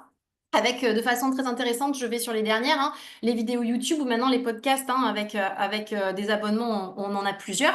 Et puis, par exemple, pour les vidéos YouTube, on peut aussi proposer aux patients implantés de pouvoir réduire en fait le débit de parole. Donc, ça peut permettre aussi pour eux d'avoir des adaptations avec du matériel qui est tout à fait accessible. Donc, pour vous en citer un petit peu quelques-uns, hein, qui permettent, quelques programmes qui permettent de travailler à distance, de travailler à la maison et de continuer son auto-entraînement. Concernant la lecture labiale, hein, on peut citer le site La Biolecture ou on peut citer le site du GERIP. Et puis, pour tout ce qui va être plutôt auditif, hein, on a chez Apineuron le logiciel Auditico.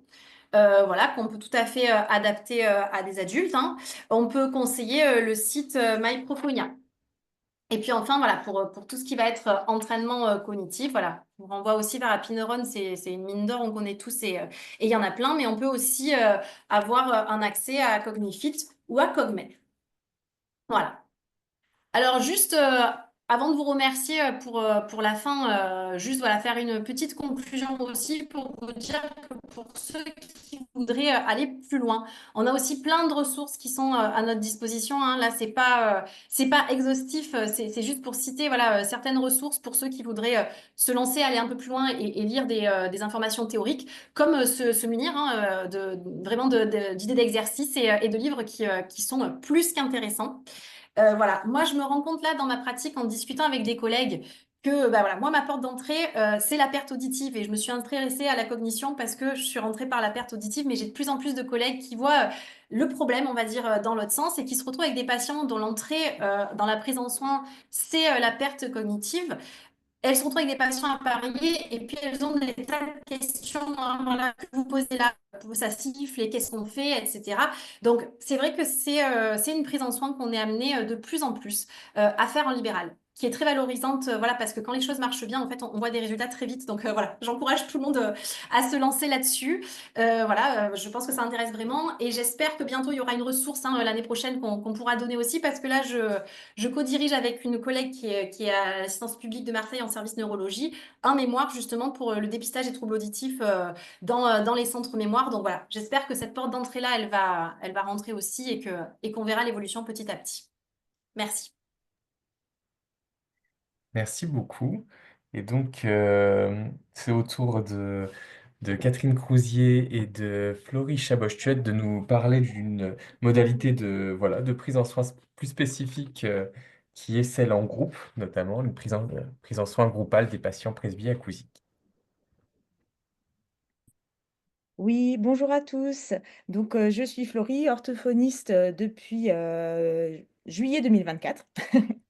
Et je suis Catherine Crousier, audioprothésiste un petit peu plus longtemps que 2024, depuis au moins une trentaine d'années. Et donc, on avait depuis longtemps l'idée de travailler en collaboration avec une orthophoniste parce que je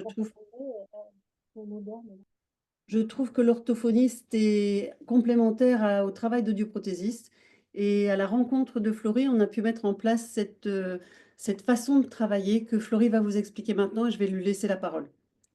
Oui, alors en effet, en tant qu'orthophoniste, ce qu'on fait là pour l'audition aujourd'hui, c'est ce qu'on fait aussi pour le vieillissement cognitif de demain. Et donc, c'était un petit peu le cœur du projet de mémoire. Donc, dans ce mémoire de recherche, il était question de montrer que l'utilisation des aides auditives, c'est l'occasion d'aborder de nouveaux défis stimulants et neuroprotecteurs. D'accord, mais à condition de bien distinguer ce que font les aides auditives et ce qui relève du patient lui-même, du porteur. Et c'est là que l'orthophonie intervient. Donc, j'ai expérimenté le format de groupe donc en collaboration avec le cabinet d'audioprothèse de Catherine Crousier.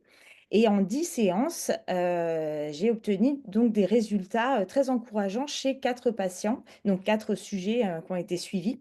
Donc notamment en termes de gain d'intelligibilité dans le bruit, de qualité de vie, de temps moyen de port des aides auditives et d'aisance en conversation. Donc ce modèle, il peut s'intégrer dans nos pratiques en libéral et il a suscité beaucoup d'intérêt auprès des professionnels. Alors, pourquoi j'avais souhaité tester un format de groupe? En premier lieu, c'était pour faire face aux fortes demandes dans le contexte d'engorgement des cabinets voilà, qu'on connaît bien.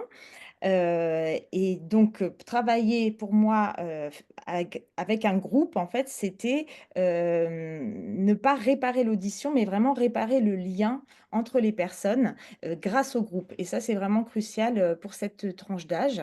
Et enfin, en voyant plus de patients, on génère plus de bouche à oreille.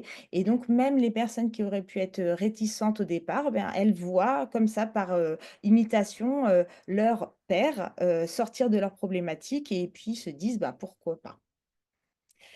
Alors, donc c'est une collaboration qui est indispensable donc, entre audioprothésistes et orthophonistes, car on l'a vu tout à l'heure, la recherche a montré que l'appareillage est insuffisant en fait, souvent insuffisant sans accompagnement adapté pour restaurer une audition fonctionnelle et surtout le lien social, et en particulier chez les seniors.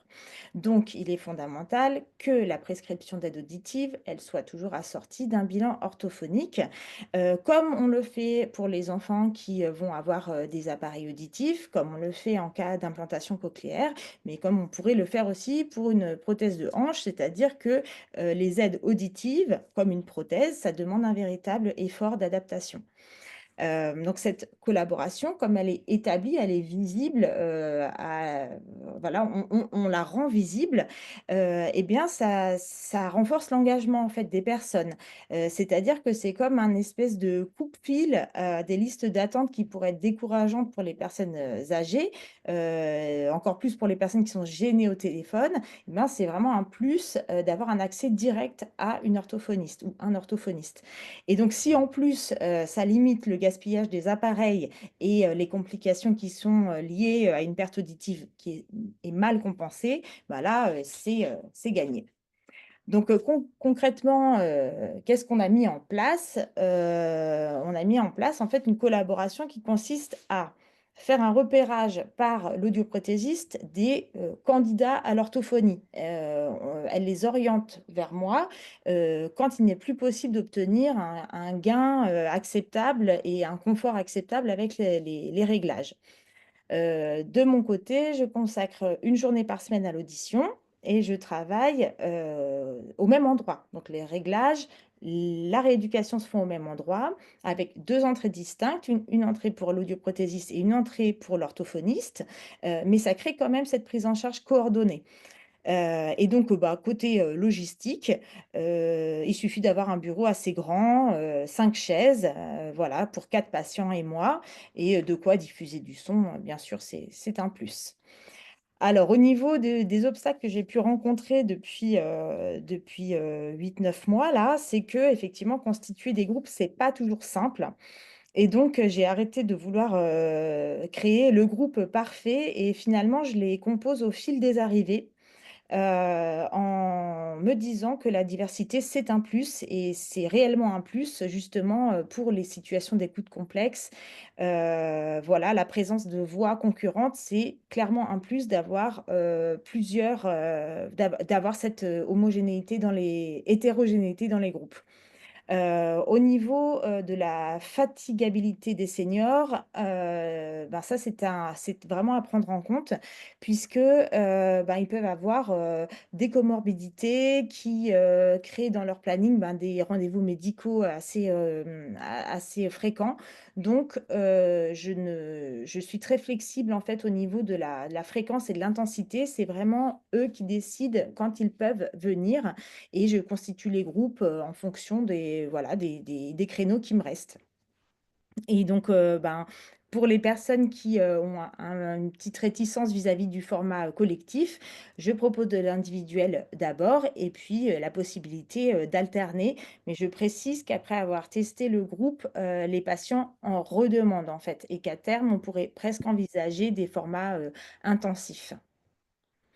Alors, au niveau des cotations, donc après le bilan, on peut faire une prise en soins individuelle uniquement en AMO 15-4, donc c'est 2 séries de 50 séances. On peut faire du groupe exclusivement, c'est de l'AMO 9 et là, on est sur 30 plus 20 séances, mais pas de reste dédié aux séances individuelles. Et sinon, il y a ce format hybride qu'on peut proposer sur une même ordonnance, avec donc sur les 100 séances, 30 plus 20 séances maximum en groupe et le reste en individuel. Voilà, donc au niveau des axes thérapeutiques, ça a été dit, l'entraînement des fonctions perceptives, cognitives et de communication. Et puis, au niveau du groupe, eh ben, il y a des défis supplémentaires, en fait, qui viennent, rendre la rééducation très intéressante et donc, on essaie de surmonter les difficultés, justement, des situations d'écoute complexes, grâce à des stratégies de coping, c'est-à-dire, ben, on décrypte ce qui se passe, on décrypte tous les types d'échanges et ben, surtout, ben, on encourage, ce qui marche et j'ai mis en annexe sur le document qui sera diffusé, des stratégies qui sont en permanence répétées, lors de ces, situations d'interaction. Voilà, donc quelque chose vraiment à prendre en compte avec les personnes, âgées, c'est de stimuler sans surcharger, en fait. Parce que, en fait, les tâches, qui, suscitent plus l'imagination et ou qui se font à partir d'un support écrit, elles permettent un peu de récupérer, des autres tâches qui ciblent vraiment les fonctions exécutives et qui sont, en double tâche avec le langage, très coûteuses pour les personnes presbyacousiques.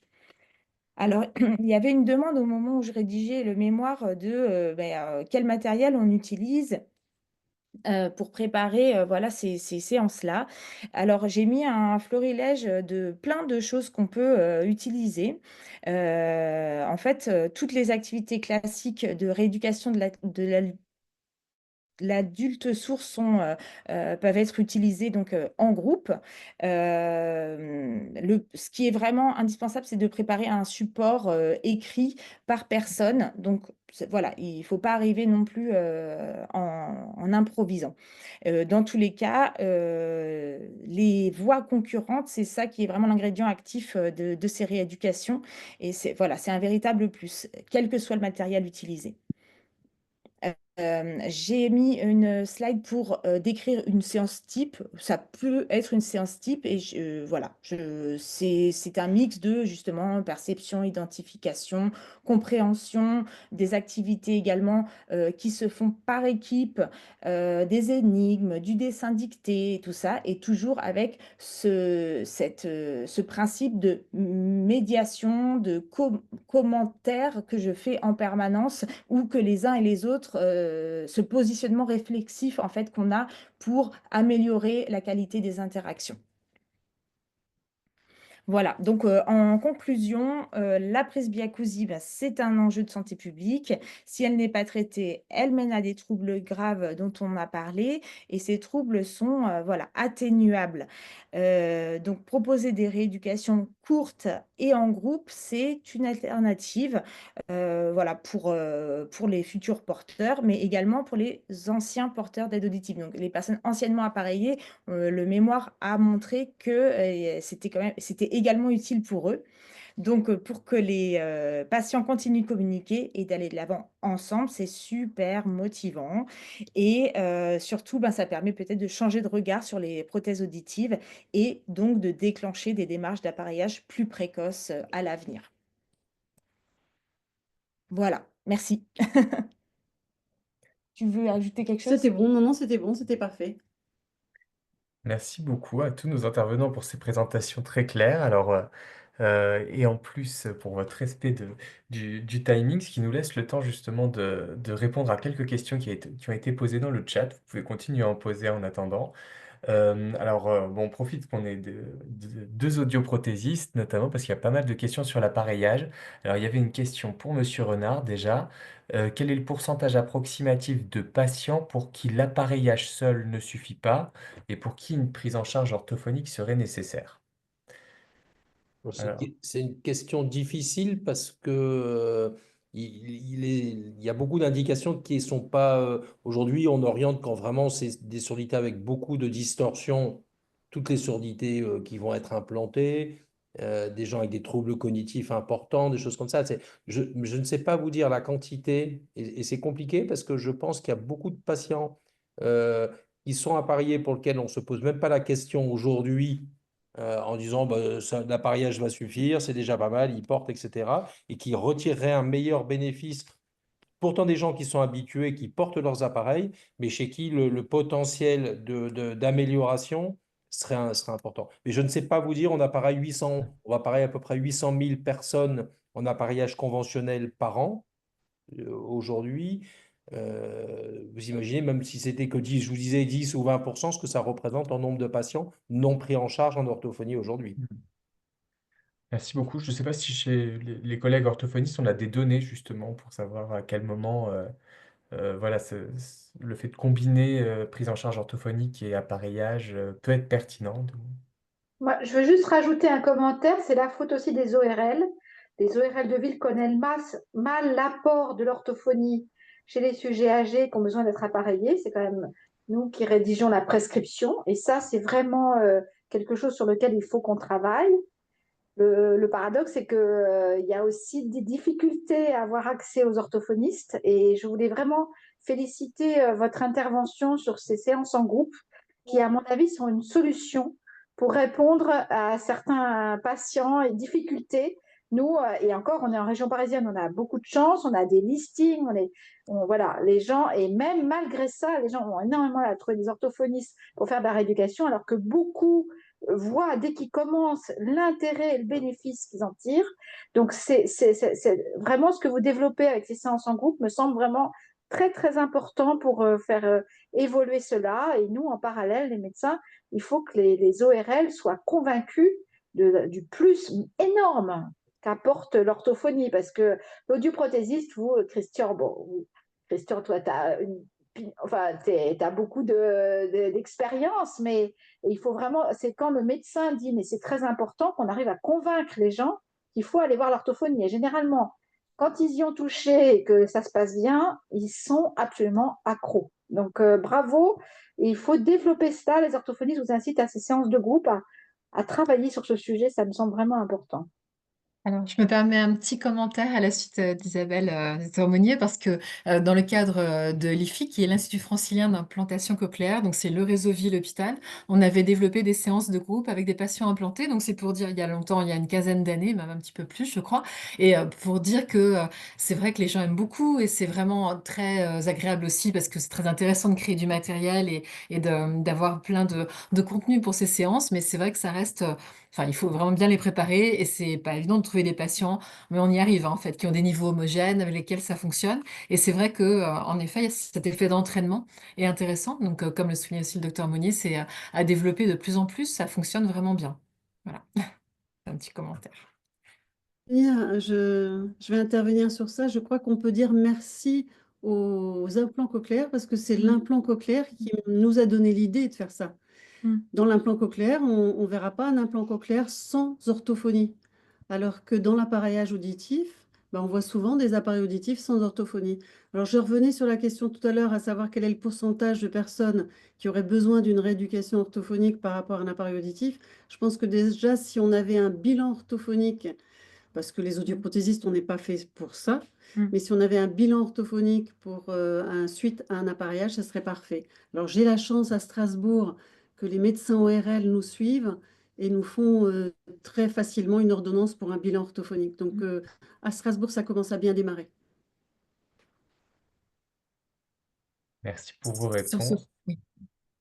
Alors, je- Sur ce point, oui, juste une chose, l'importance, c'est vraiment l'importance aussi de créer ces réseaux localement. On le dit souvent dans les formations aussi, ça fonctionne. Nous, par exemple, dans le centre implant, au départ, on avait évidemment beaucoup moins de patients et puis donc moins de contacts aussi. Et les contacts, notre réseau d'orthophonistes se développe à travers l'enseignement aussi, bien sûr, les stagiaires, enfin dans le centre, et puis tout ce réseau qu'on va créer dans les formations aussi. Et localement, après, on transmet beaucoup ce message quand même d'essayer de créer les partenariats plus interdisciplinaires entre les orthophonistes, les audioprothésistes. Et ça fonctionne bien quand les gens le font finalement de personne à personne aussi. Voilà, c'est un moyen efficace.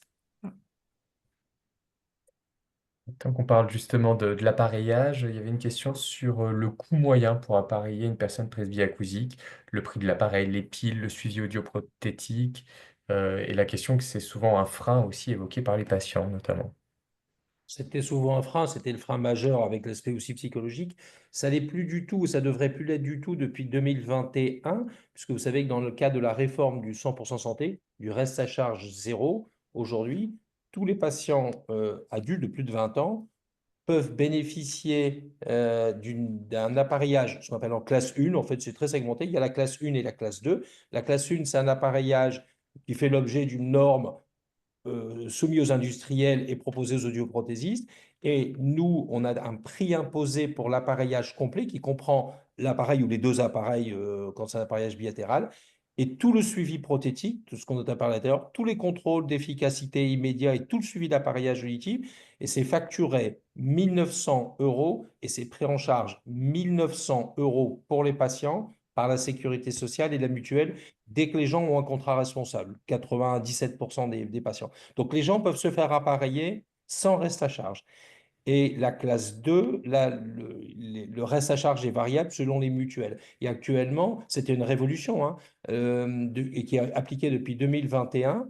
Et il y a 38 il y avait environ 40%, il y a 38% des patients adultes qui s'équipent avec des appareillages de classe 1, donc qui ont un reste à charge zéro. Ils ont à leur charge simplement, les appareils sont garantis pendant 4 ans en cas de panne. Il y a simplement les achats de piles qui représentent quelques dizaines d'euros annuels, et l'assurance si les gens veulent l'assurer en cas de perte ou de vol. Mais sinon, ça peut être pris en charge intégralement aujourd'hui. Et je vous dis, c'est près de 40% des patients qui bénéficient de cet appareillage et qui peut être renouvelé si nécessaire à partir de 4 ans. C'est-à-dire qu'un patient qui a été appareillé au bout de 4 ans, si ça se justifie, peut renouveler son appareillage en étant pris en charge dans les mêmes conditions. Et les appareils, contrairement à ce que parfois on a pu entendre, les appareils de classe 1 sont des appareils qui sont performants. C'est pas la même c'est la même ergonomie. Il y a les contours d'oreille, les petits intra-auriculaires et les écouteurs déportés. Donc esthétiquement, c'est la même chose. Simplement, le nombre de canaux, la connectivité possible, etc., les traitements de signaux sont inférieurs en technologie à ce qui existe en classe 2, où là, le prix moyen est de 3 000 euros pour un appareillage bilatéral, mais avec une prise en charge qui est très variable selon les mutuelles. Très Mais bien. les appareils de classe 1 sont des appareils performants qui peuvent être adaptés à tous les degrés de surdité, depuis une surdité légère jusqu'à une surdité sévère profonde, après avec l'indication d'un plan, bien sûr.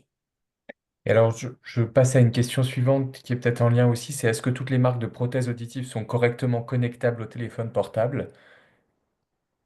Oui, alors il y a eu depuis 3 4 ans des évolutions parce que le système de connectivité, le Bluetooth aujourd'hui, l'arrivée de l'Auracast a changé les choses. Au début, certaines marques, on ne va pas les citer, mais quelques marques étaient un petit peu inférieures. Il pouvait y avoir une connexion que d'un côté, par exemple. Il n'y avait pas l'appairage des deux côtés. Oui, aujourd'hui, globalement, dans les cinq, il y a 5 fabricants mondiaux et avec quelques dérivés, ont tous des capacités à faire des bons systèmes de connectivité, en plus qui s'améliorent avec le progrès des systèmes d'Auracast et de Bluetooth.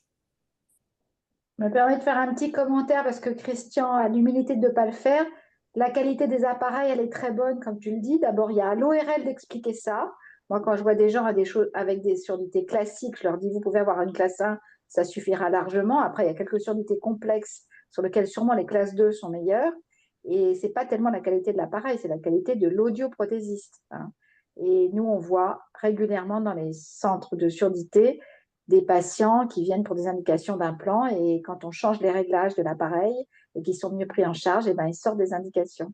Et malheureusement, c'est voilà, c'est un petit peu la dérive actuelle, voilà, que je pense que tu vois parce que Christian, tu dois récupérer, même parfois venant de Paris, des gens qui viennent pour avoir un deuxième avis et qu'on renvoie à Lille en disant attendez, allez voir donc un bon audioprothésiste, vous verrez, ça va beaucoup mieux se passer. Et ce qui est peut-être important, c'est de dire qu'il y a une période d'essai obligatoire d'1 mois pour tous les patients, aussi bien d'ailleurs au premier appareillage qu'en cas de renouvellement d'appareillage auditif, c'est obligatoire. Un patient qui va se faire appareiller, eh ben, il va être appareillé avec les bons appareils qui seront choisis par l'audioprothésiste, en classe 1 ou en classe 2, peu importe. Il va les porter à domicile pendant au moins 1 mois, c'est une durée minimum, avant de prendre une décision positive d'appareillage si tout se passe bien, ou négative de rendre les appareils à l'audioprothésiste ou de faire un autre essai au cas où le résultat n'est pas à la hauteur de ce qui était attendu.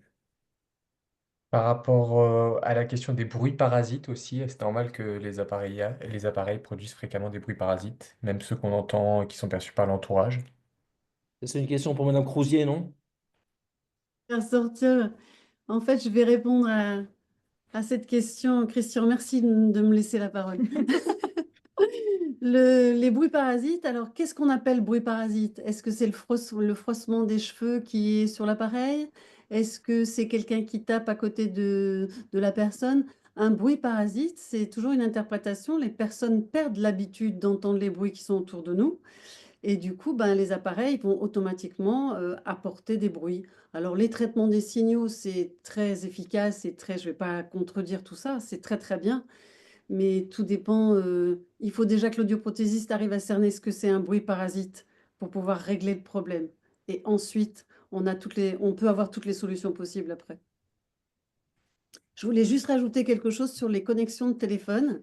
Alors, Christian Renard a dit qu'il y avait beaucoup de facilité sur les appairages des téléphones avec les appareils auditifs. Le problème, c'est qu'il y a de plus en plus de téléphones qui arrivent sur le marché et que maintenant, les audioprothésistes, il va falloir qu'ils soient formés à faire de l'appairage téléphonique et de connaître toutes les marques des téléphones portables. Voilà, c'est le gros problème aujourd'hui. On avait une question, alors je ne sais pas si le docteur Takeda peut y répondre aussi, qui était posée par voilà, Isabelle Monnier, par le docteur Monnier. Concernant le protocole ICOP, est-ce que la population incluse est représentative de la population globale de plus de 60 ans? Cette question de représentativité. Voilà, on peut supposer que les patients intéressés par ce type de programme soient les patients les plus volontaires et quelles solutions pour atteindre l'ensemble de la population? Alors, oui, en fait, il y a un biais parce que du coup, on va toucher des seniors qui sont intéressés par la prévention, mais pas que, puisque du coup, on déploie aussi au niveau des soins primaires dans les CPTS, où on profite de la venue des patients en médecine générale ou bah, chez l'orthophoniste pour profiter. Ils viennent pour une autre raison et on leur propose de faire le dépistage. Donc, je pense que c'est à double tranchant. On est en train de faire justement des études pour pouvoir caractériser mieux notre population ICOP, mais j'ai pas encore les résultats pour pouvoir vous confirmer que c'est bien généralisable, mais de manière intuitive parce que c'est la population des CPTS. Donc les CPTS, c'est général. Donc en théorie, oui. Merci. Est-ce que tous les audioprothésistes sont équipés pour faire les tests dans le bruit? Oui, oui, j'espère. C'est Euh, c'est rendu obligatoire. Alors, après, il y a les contraintes de l'application, effectivement, et peut-être parfois des situations un peu hétérogènes, mais en théorie, c'est obligatoire, puisque dans le cadre aujourd'hui de la mise en place du 100% santé, qui était une contrepartie à dire on va faciliter l'accès à l'appareillage, il y a aussi des contraintes supplémentaires qui ont été imposées, qui sont justifiées hein, et qui sont saines pour les patients aux audioprothésistes, dont celle d'avoir des équipements pour tester la compréhension dans le bruit. La question d'une collègue qui demandait, qui voulait justement aller à la rencontre des audioprothésistes de sa ville pour lui parler de la prise en charge orthophoniste et de l'apport de cette prise en soin. Est-ce qu'il existe des plaquettes, flyers, etc. Alors, on espère que les données qu'on a pu aborder déjà lors de ce webinaire, enfin voilà, seront des arguments justement pour cette prise en charge. Est-ce qu'il y a des outils particuliers qui- Des outils orthophoniques, enfin, pas à ma connaissance, tels quels, non, je pense pas. Mais effectivement, il y a des supports qui existent, ne serait-ce que des renvois vers des liens. Voilà, vers un webinaire, c'est quand même assez parlant, quoi, je crois. Voilà, peut-être mieux qu'un support écrit. Oui, le site Allo Ortho aussi, qui permet aussi d'avoir des articles justement sur ces aspects-là, et aussi qui est une porte d'entrée vers les soins orthophoniques, hein. C'est important de pouvoir en reparler, notamment dans ce contexte enfin, voilà, d'embolie des cabinets libéraux. Euh, C'est exactement, nous- pardon, c'est oui, exactement ce que j'allais renvoyer. Voilà, Allo Ortho, je l'ai fait, donc testé et approuvé. Voilà, j'ai imprimé les articles du site Allo Ortho pour les distribuer aux audioprothésistes en fait, qui étaient autour du cabinet. Ça a été très bien accueilli. Donc c'est un format qui s'y prête bien. Il n'y a peut-être pas toutes les informations qu'on a données ce soir, mais en tout cas, il y a pas mal de données voilà, sur cet impact cognitif, enfin sur ce lien entre cognition et audition. Donc c'est très accessible pour eux et voilà, je recommande aussi. On peut peut-être aussi orienter, je pense que ça peut être bien, vers la Société française d'audiologie, qui est une société scientifique qui est vraiment interdisciplinaire, médecins, ORL, orthophonistes, audioprothésistes, et qui sont aussi des lieux, des comités, des groupes de travail, etc., un congrès annuel, et qui est un organe qui justement permet ces échanges interdisciplinaires, vers lequel ça peut être utile d'orienter des professionnels qui sont intéressés par cette collaboration. Et des webinaires gratuits, accessibles à partir du site de la Société française d'audiologie sur des sujets différents. il y avait une remarque aussi d'un collègue, l'accès direct dans le cadre des activités coordonnées, CPTS, MSP, on en a un peu parlé d'ailleurs ce soir, ne permettrait pas d'orienter plus facilement les patients suivis par les audioprothésistes vers les orthophonistes. Effectivement, ça permet de lever des freins notamment, et puis aussi peut-être de monter des projets ensemble. Il y avait des questions concernant les acouphènes aussi, évoquées souvent par les patients. Sont-ils masqués par le port des prothèses auditives? En quelques mots, cette question des acouphènes et de l'efficacité des prothèses auditives, notamment sur les acouphènes. Docteur Monnier, peut-être, la ville Mais Isabelle, médicale. peut-être. Ouais. Vas-y, Christian. Déjà, le conseil, c'est médical, c'est-à-dire qu'il faut qu'il y ait un diagnostic médical qui soit fait pour des patients acouphéniques qui potentiellement réorientera après vers un avis audioprothésiste. On va faire des tests quand c'est comme ça, on fait ce qu'on appelle une acouphénométrie. On va pouvoir regarder s'il y a un masquage possible de l'acouphène, soit par l'amplification, en appareillant lorsqu'il y a une petite déficience auditive, s'il y a une surdité, parce que le fait de ne pas entendre, bah, ça fait que l'acouphène émerge plus, et le fait de réentendre mieux l'environnement sonore, naturellement, ça peut soulager, diminuer la gêne par l'acouphène. Et tous les appareils auditifs aussi, maintenant, ils sont équipés de systèmes générateur de bruit, c'est-à-dire qu'en plus d'amplifier pour compenser la perte, on va générer un petit bruit de fond, soit de manière isolée, soit en complément de l'amplification, pour essayer de masquer l'acouphène et de créer un effet même qui peut durer, même quand le patient retire, avec un effet d'inhibition résiduelle. On appelle ça des thérapies sonores, et c'est les prises en charge oui, que font les audioprothésistes aussi, avec des contraintes particulières, notamment chez des gens avec des toutes petites pertes d'audition. À la limite, c'est plus facile quand la perte est importante, parce que souvent la seule amplification, elle suffit à diminuer l'émergence de l'acouphène. C'est parfois plus complexe, paradoxalement, dans des auditions normales ou des toutes petites pertes auditives.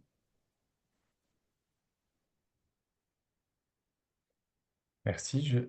Une dernière question, et puis ensuite, ça sera le temps de finir le webinaire. Possibilité de demander des aides financières auprès de l'AGFIP pour les travailleurs quand il y a un accord MDPH. Ce n'est pas une question d'ailleurs, c'est une remarque faite par une collègue. Et une dernière collègue aussi qui parlait d'une brochure qui avait été faite par la JNA, orthophonie et audition notamment, sur cette question-là. Et pour la question des acouphènes aussi, bon, on vous renvoie, je crois qu'il y a un article à ce sujet sur le site Allo Ortho encore, qui parle de la prise en charge aussi coordonnée audioprothésiste et orthophoniste aussi dans le cadre du traitement des acouphènes. Et Merci beaucoup. psychologue, si je puis me permettre, Et parce que, oui, psychologue spécialisé. merci beaucoup pour ces précisions. Merci vraiment à tous les intervenants de ce webinaire. C'était très riche. Ça a permis vraiment de balayer ce sujet important.